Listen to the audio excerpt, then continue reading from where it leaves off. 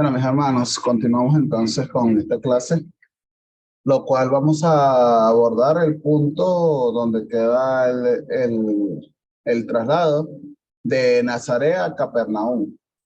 Y aquí es donde vamos a ver las enseñanzas en Mateo 9, del 35 al 38. Algunos de mis hermanos que puedan buscar en este momento esa porción de la palabra, Mateo 9, 35 y 38, para que nos la puedan compartir la noche de hoy.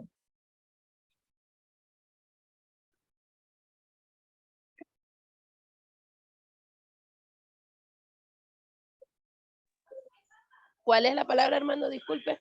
Mateo 9, 35 al 38.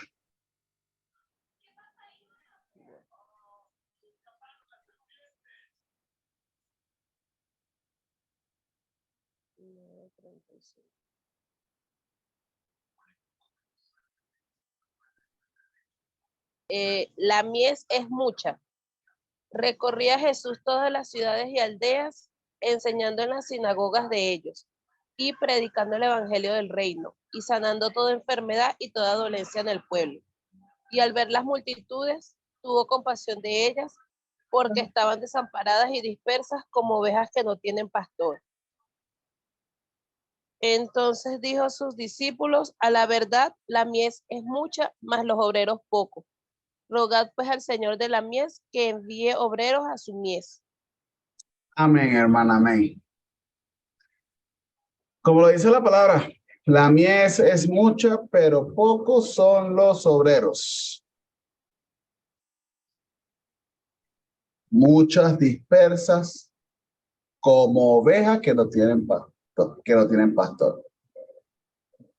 Hermanos, podemos ver la naturaleza de Jesús, nuestro Señor,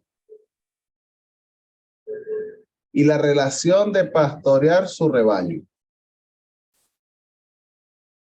Podemos ver también en Isaías 53:6, todos somos como ovejas descarriados, mas Jehová cargó el pecado de todos nosotros.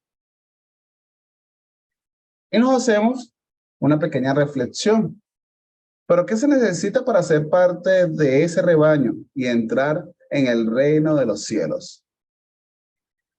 Primeramente, darse cuenta del pecado cometido, reconocerlo en toda su amplitud y consecuencias, por supuesto, y seguir al verdadero pastor, que es Jesucristo, y no a los malos pastores que alejaron al pueblo de Dios de su presencia. Y lo vemos en Juan 10, del 11 al 14, en Ezequías 34, 2 al 6, y Zacarías 11, 16. ¿Quién es el buen pastor?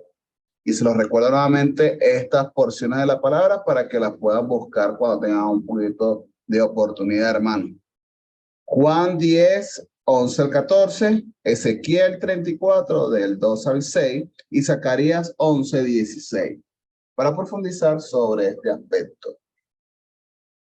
Pero nos preguntamos, ¿por qué Dios no envió directamente a sus misioneros? ¿Por qué espera Él nuestro ruego? La respuesta la vemos, hermanos, en 1 Corintios 3:9. En 1 Corintios 3:9. Como somos sus colaboradores, por medio de nosotros, cultivando nuestros corazones en los valores de amor, responsabilidad y solidaridad. Y así ser esos obreros que tanto faltan para los planes de nuestro Señor. Una de nuestras funciones es pedirle a nuestro Señor por los obreros, y Él los enviará. Juan 4:38 nos dice, y podemos ver, podemos entrar en las labores encomendadas por nuestro Señor y que Él da por gracia. Nuestro Señor no impone tareas ni funciones, sin primeramente equiparnos, pero debemos dejarnos guiar por el Espíritu Santo y prepararnos. Si tienes un llamado para pastorear, evangelizar, para ser maestro, entre muchos otros dones que dota nuestro Señor, nuestra responsabilidad y compromiso es poder prepararnos para servir bien, con eficacia y con eficiencia. Son dones dados por gracia. Nos pueda dar miedo a asumir tales tareas y funciones, pero ¿quiénes somos nosotros para no cumplir con la voluntad de nuestro Señor? Debemos ser agradecidos por permitirnos conocerle y ayudar a otros que le conozcan a profundidad y colocar esa semilla del Señor para que florezca cuando Él disponga. Nuestra función siempre va a ser sembrar y sembrar a toda marcha, con diligencia, que la cosecha es de nuestro Señor Jesucristo. Pero también nos preguntamos, ¿a quiénes envía como obreros en la gran mies? Lo vemos en 1 Corintios 1, del 27 al 29, que Dios escogió a los débiles para avergonzar a los fuertes, a los sabios, y que los menospreciados para el mundo son preciados para Dios. Y la disposición del profeta Isaías para obrar en nombre de Dios cuando en la palabra Isaías 6:8 solamente dice, heme aquí, dispuesto a servir.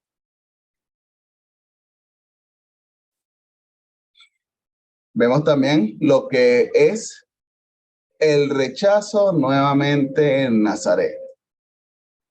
Lo vemos en la palabra del Señor en Mateos 13, 54 y 58 y Marcos 6, del 1 al 6. Jesús y sus discípulos, antes de comenzar el tercer y último viaje por Galilea, y que abordamos la clase anterior, Jesús volvió a Nazaret para ofrecer una segunda oportunidad de poder recibirle a esta ciudad de Nazaret. Pero los resultados fueron iguales que su primera visita, sin efectuarse un cambio de posición, a pesar de escuchar todo lo que venía haciendo Jesús por todas las regiones de la Tierra Santa. La gente seguía con gran incredulidad y es por ello que Jesús no pudo hacer ningún milagro en Nazaret. Teníamos esa gran incredulidad por conocer su entorno terrenal más que el espiritual. Después de esto aconteció que Jesús expande el método de su obra y con los discípulos preparados los envía de dos en dos, dándole autoridad y poder para obrar en su nombre y así poner en práctica todo lo aprendido. Y podemos ver una gran prueba de fe y una gran responsabilidad de hacer estas obras bajo el nombre del Maestro. ¿Qué podemos ver de este método? El cristiano no puede andar como llanero solitario, sino apoyarse los unos con los otros. Hermanos, alguno que pueda buscar en la palabra de nuestro Señor, Eclesiastés 4:10. Eclesiastés 4:10. ¿Quién nos puede apoyar en ese momento?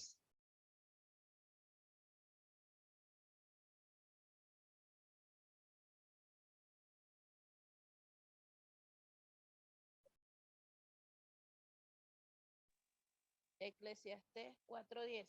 Sí, por favor, gracias. Porque si cayeren, el uno levantará a su compañero, pero hay del solo, que cuando cayere no habrá segundo que lo levante. Gloria a Dios por su palabra. Ahí está el verdadero motivo del por qué nuestro Señor en su sabiduría los envía de dos en dos. Y así debe de ser la vida del cristiano. Nos enseña a nunca estar solo, siempre estar acompañado En el caso de los casados, de su esposo, de su esposa, del hermano, para mantenernos en la obra que fue encomendada por nuestro Señor.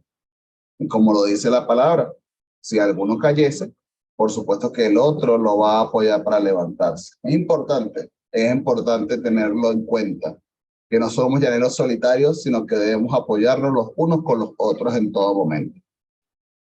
Ya hay una razón de ser y una intención del por qué esta decisión tenía que hacerse de esta manera y de esa forma antes de presentar esta prueba de fe que iban a tener los discípulos en este momento. Vemos también lo que fueron las instrucciones a los discípulos. Y lo vemos en la palabra de nuestro Señor en Mateo 10, 5, 42, Marcos 6, 7 del 13 y Lucas 9 del 1 al 6.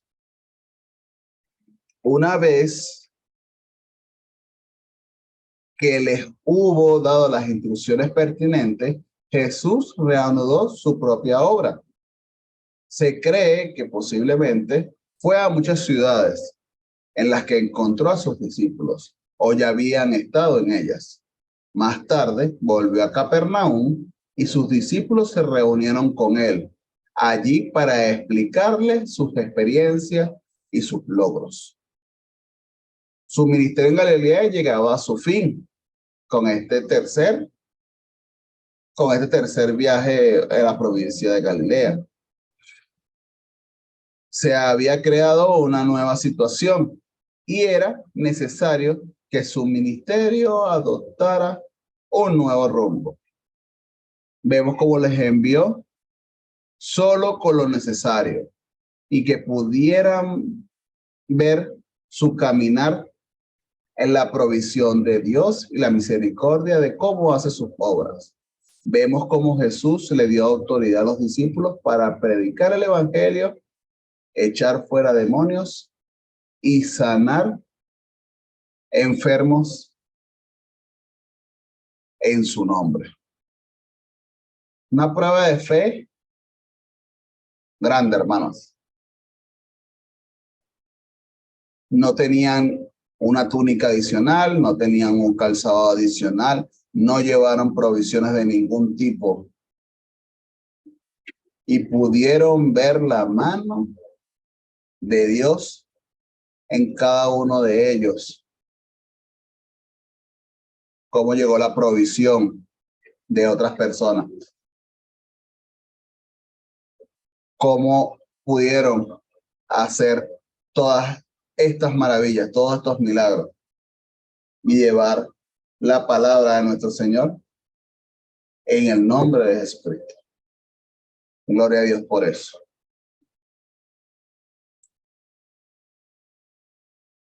Y vemos también entonces en una parte no tan buena, que es la muerte de Juan el Bautista. Y lo tenemos reflejado en los tres evangelios, Mateos, Marcos y Lucas, y es donde vemos que Herodías había determinado buscar por todos los medios a su alcance la muerte de Juan el Bautista, que en ocasión se presenta en el cumpleaños de Herodes.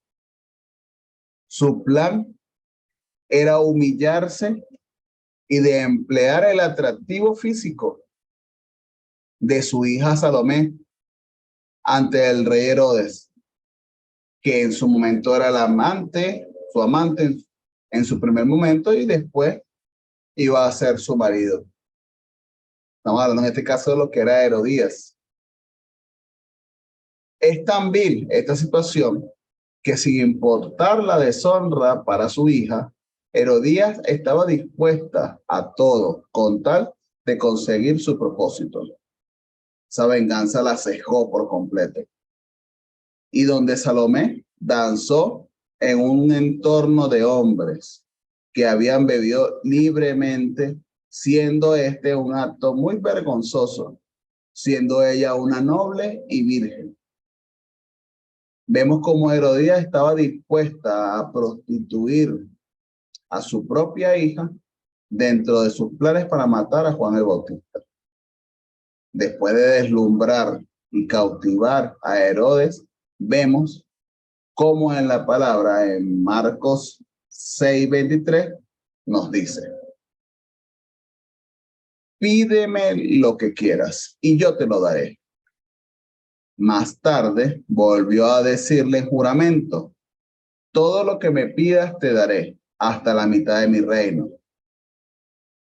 Y la respuesta de Salomé, con Herodías de por medio, le dice que quiero que ahora mismo me des en un plato la cabeza de Juan el Bautista. Y el rey borracho había prometido demasiado y se entristeció mucho.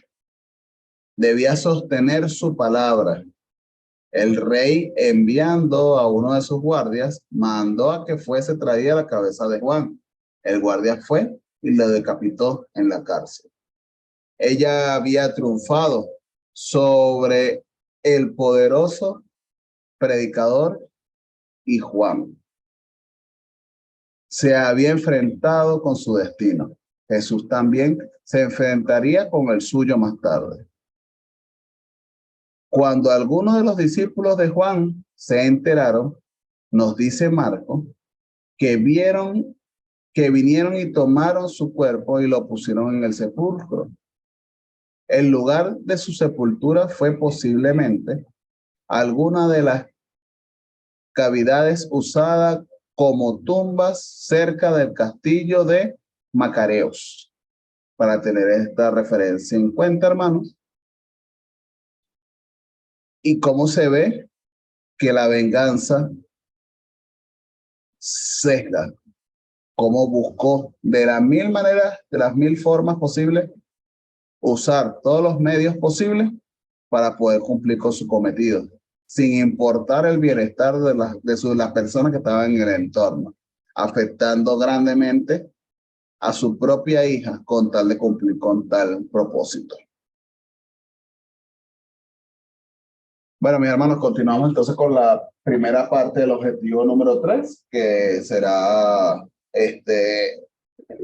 expuesto y explicado por mi esposo.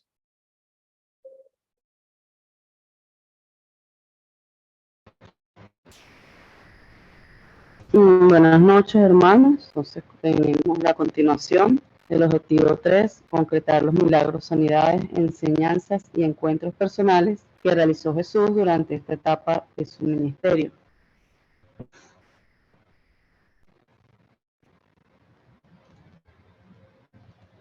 Ok, una de las primeras cosas que vamos a trabajar, o el primer pasaje que vamos a trabajar, es la alimentación de los 5,000. Vamos a leer en Mateo 14, 15, 21, vemos la palabra en el nombre del Padre, del Hijo y del Espíritu Santo, que nos dice: cuando anochecía, se acercaron a él sus discípulos, diciendo: el lugar es desierto y la hora ya pasada. Despide a la multitud para que vayan por las aldeas y compren de comer. Jesús les dijo: no tienen necesidad de irse, dadles vosotros de comer.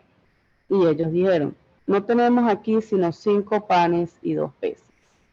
Él les dijo: tráemelos acá.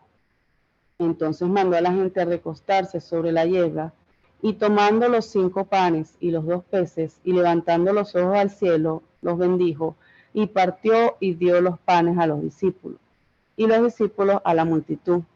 Y comieron todos, y se saciaron, y recogieron lo que sobró de los pedazos, 12 cestas llenas. Y los que comieron fueron como 5,000 hombres, sin contar las mujeres y los niños. Amén. Aquí vemos varias claves importantísimas. Uno de ellos es que es el único milagro descrito en los 4 evangelios.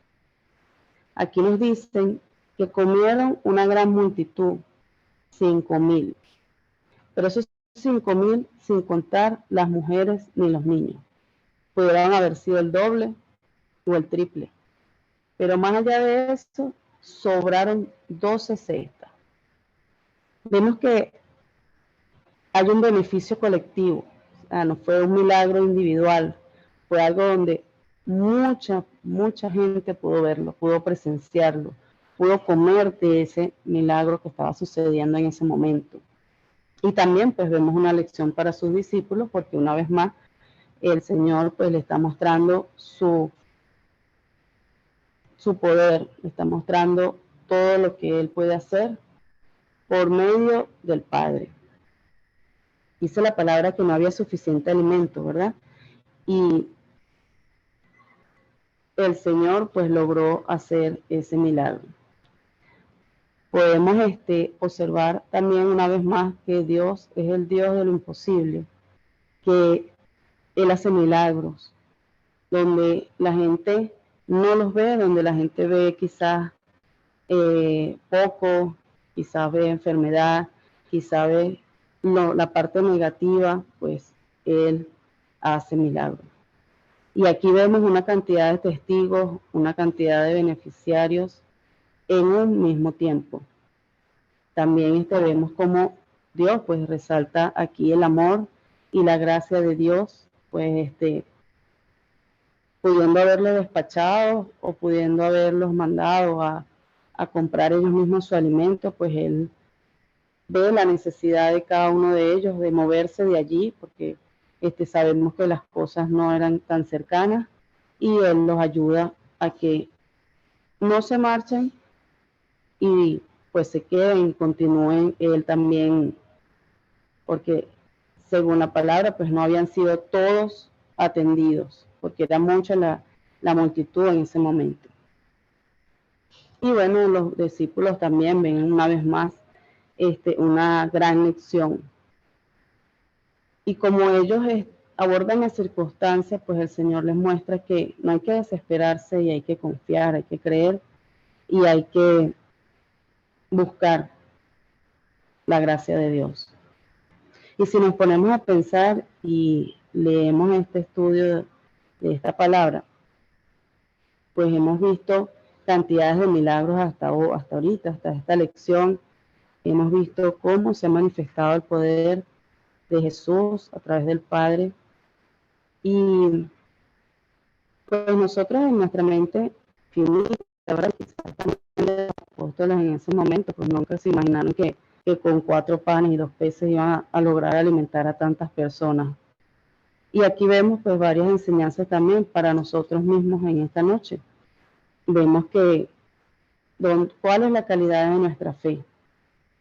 Vemos que cada prueba trae una bendición, sea la prueba que sea, trae una bendición, hermanos. El Señor siempre nos dará una circunstancia, siempre, pero también nos va a dar una salida. Y a veces, bueno, nosotros mismos bloqueamos las bendiciones cuando nos ponemos a pensar, quizás los discípulos en ese momento y nosotros también a veces, bueno, con esto es lo que voy a comer hoy, o no tengo esto, o cómo voy a lograr aquello. Y pues vemos que aquí Jesús con 4 panes y 2 peces pues hizo tal milagro. Vemos más adelante un nuevo aprendizaje donde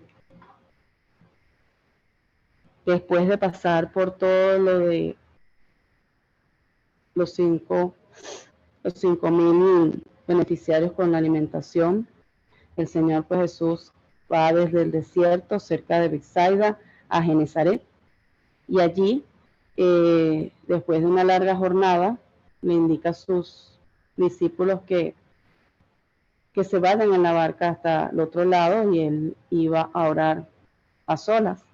Y vemos aquí en Mateo 14, 22, 33, que resumiendo un poco, que ellos van al otro lado y pues Jesús se va a orar.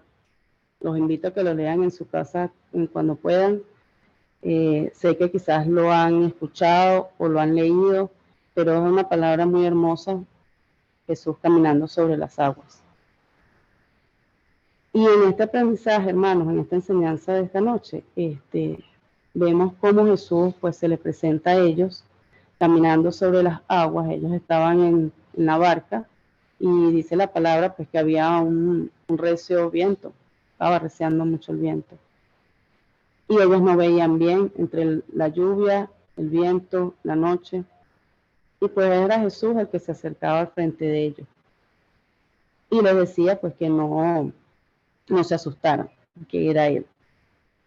Y pues bueno, Pedro le dice, Señor, si verdaderamente eres tú, dime que vaya y yo voy. Y sabemos, y recordando, pues Pedro camina también sobre las aguas. Pero dice la palabra que cae, y cuando cae, no dice que se hunde, dice que cae. Y cuando cae, pues clama al Señor y le pide ayuda, y este lo toma de la mano. Y aquí, bueno, vamos a extraer las enseñanzas de este capítulo, y vemos miedo, hermanos, vemos poca fe, vemos confianza, pero también vemos otra prueba, otra circunstancia. Y aquí nos preguntamos en esta noche, ¿quién nos sostiene? Y pues podemos decir que el Señor, con su gracia, con su misericordia, con su poder y sobre todo que con su amor, ¿verdad, hermano?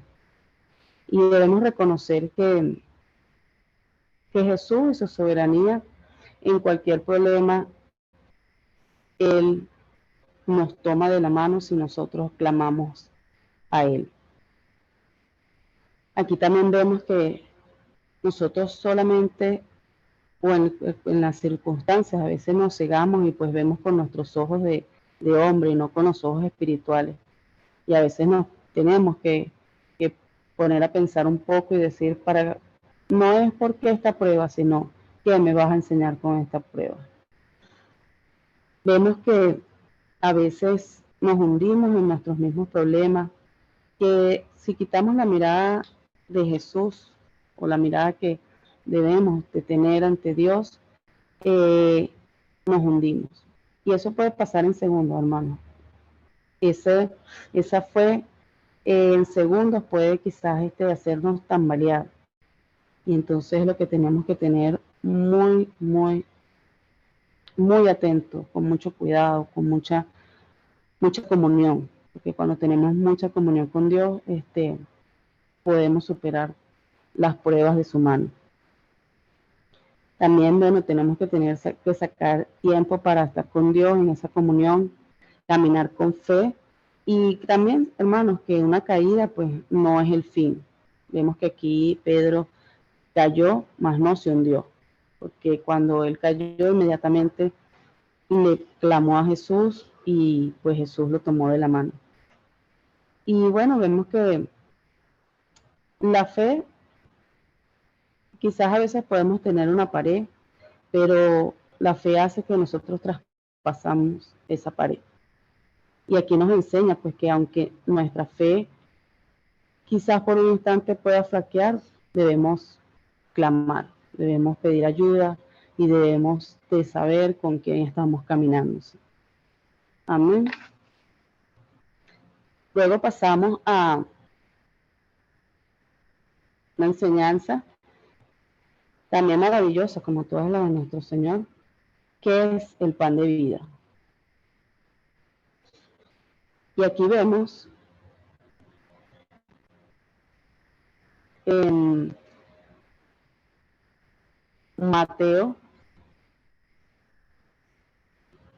en Juan 6, 25, 5, 9, es una palabra bien extensa, pero vemos en resumido que el Señor Jesús está dando sus enseñanzas y pues las personas le dicen que le explique qué es el pan de vida.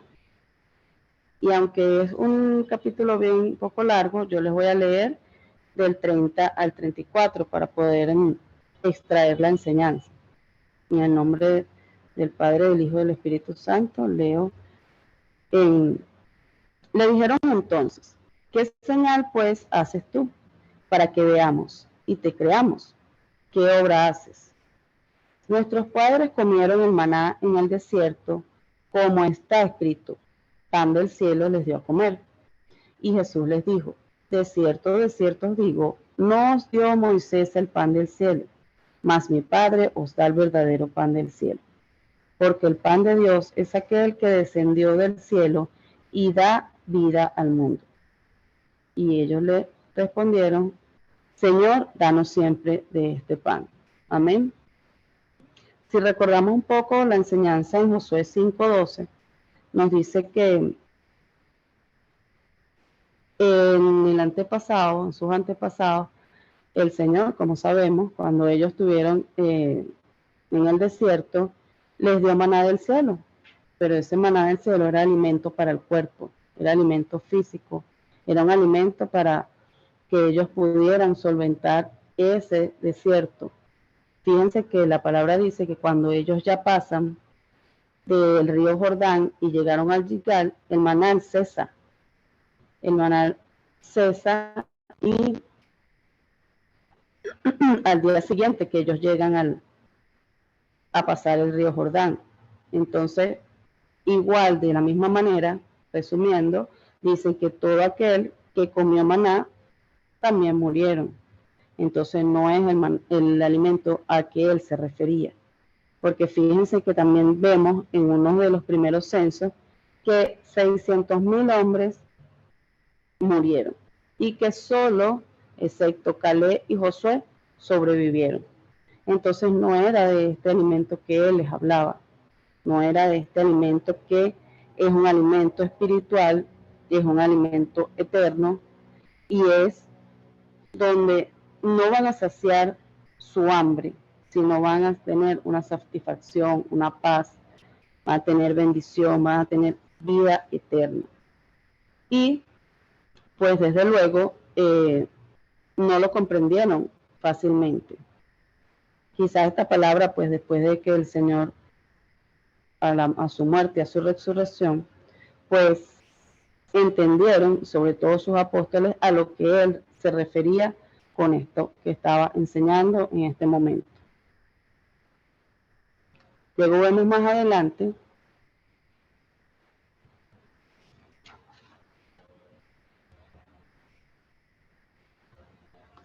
una parábola, la parábola de la cizaña del campo. Y aquí vemos, hermanos, una parábola que nos muestra algo bien interesante. Y en Mateo 13:36, si hay algún hermano que la pueda leer, 13:36, Mateo, solo eso.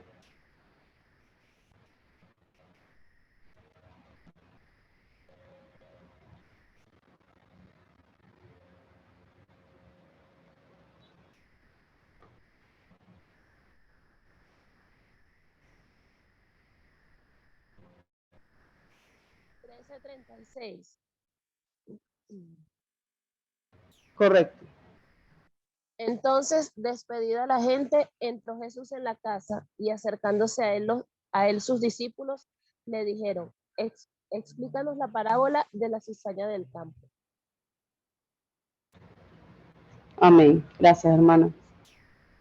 Sí, bueno, estos 4 minutos vamos a explicar un poquito y salimos y volvemos a entrar. Él había explicado esta parábola y como se ve o se lee, acaba de leer la hermana, ellos no habían entendido muy bien lo que significaba esta parábola y le piden al Señor que se las explique en el momento que entraron a la casa.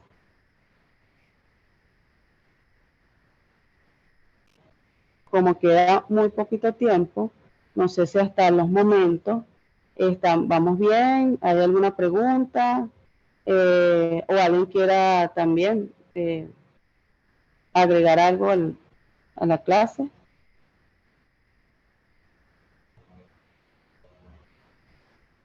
Recordemos que aquí estamos aprendiendo todos y ustedes también sabemos por sus trabajos y por todo como son de activos, pues que están siempre pues escudriñando la palabra.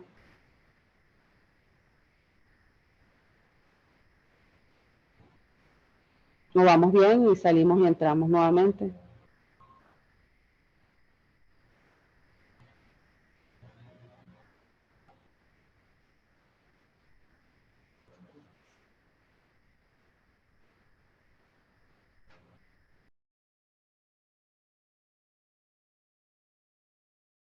Hermano, entonces vamos a salir y vamos a volver a entrar para poder continuar con el contenido.